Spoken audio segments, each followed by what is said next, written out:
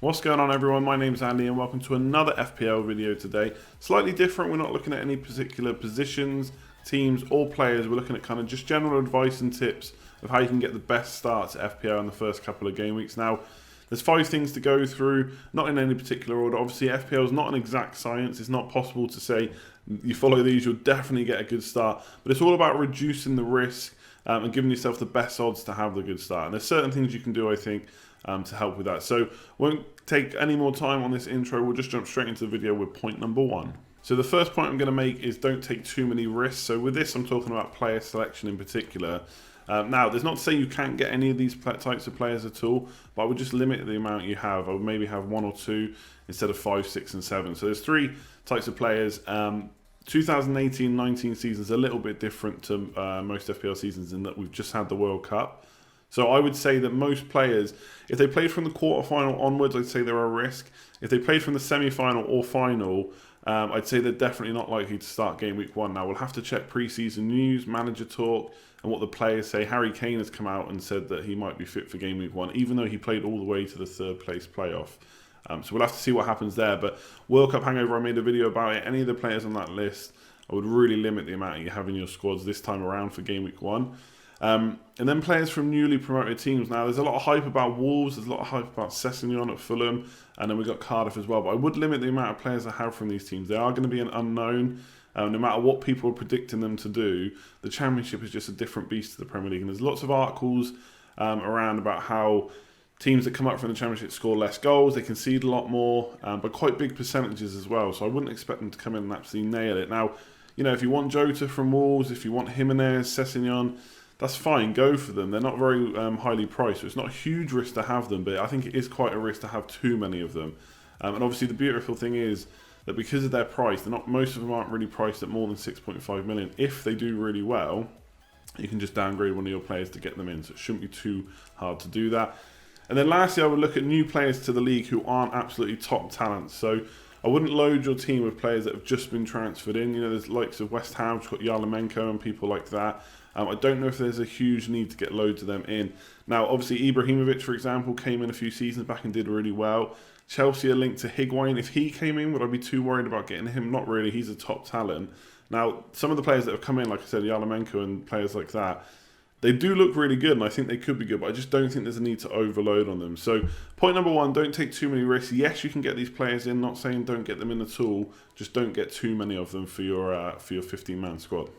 So the next thing to look at is fixtures, and when I build my game week 1 team, I tend to look at the first 4 to 6 fixtures. Anything outside of that I think is just too far ahead, and there's too many things that could happen which would change the decisions, especially at the start of a season.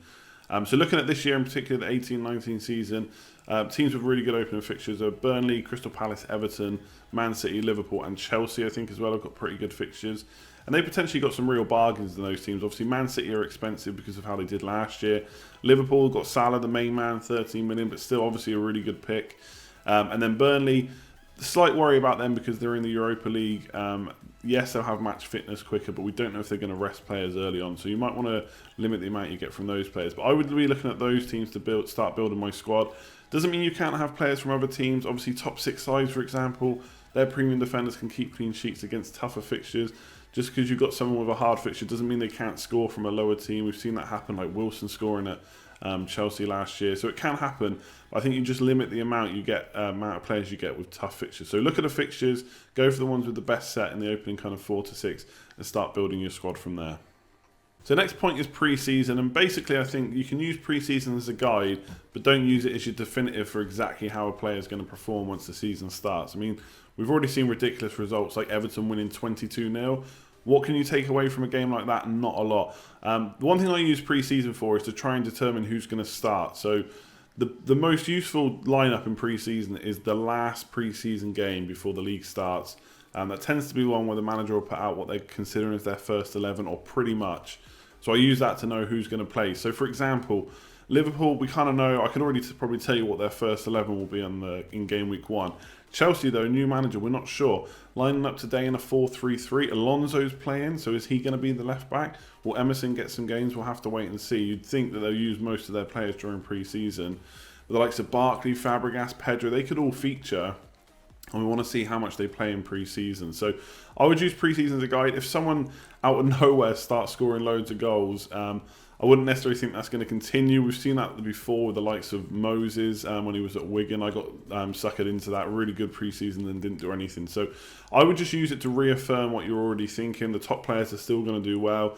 The ones that have done it before in the league are still going to do well. But just see kind of for starting positions, and if Arnautovic is still starting up front, then great. He looks like a good forward.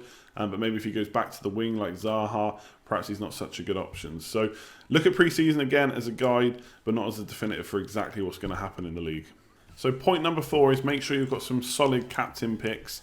And these are not like fringe players, differentials, punts that you want to go for captain. These are good, solid players that you know are likely to do well in the first few game weeks.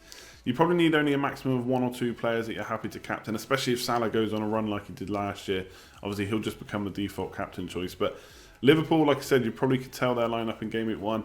Salah's got West Ham at home. He looks like a good captain pick. Man City in game week 2 have got Huddersfield. So keep an eye out on their pre-season. Who's likely to start? The likes of Sané, Mahrez, potentially even Aguero up front as well.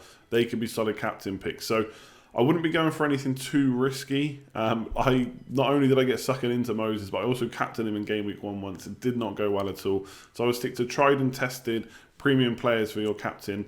Make sure you've got 1 or 2 after you've looked at the fixtures and just go from there. And it should get you off to a nice start once they perform well.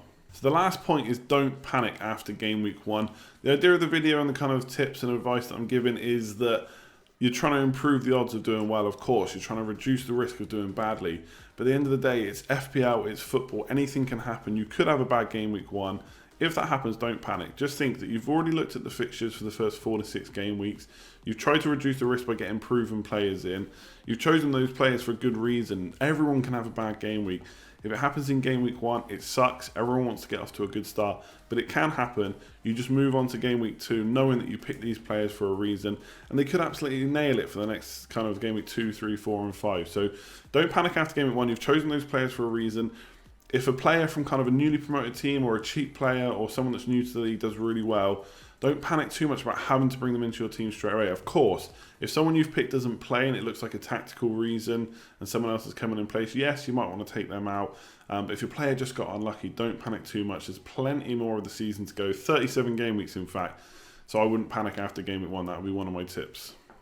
So that's it for today's video. Hopefully you enjoyed it. If you did, give it a thumbs up, much appreciated. Subscribe if you're new around here and hit the bell so that you're notified for the next video, next live stream. I do live streams in the season twice a week, and I'll be doing them pre-season as well. Next one will probably be around the 1st or 2nd of August, so make sure you tune in for that. Leave me a comment below, let me know what you thought of the video. I'd also like to know what are your top tips for a good start in game week 1. We're not necessarily talking for tips for the whole of the season, stuff you can do throughout the season, but just how to get a good start in game week 1. If you want to support the channel, you can check out Patreon, links below, social media, links below, everything in the description below, all you need. I'll leave it there. Like, comment, share, subscribe, all that good stuff. I'll catch you next time. Cheers all.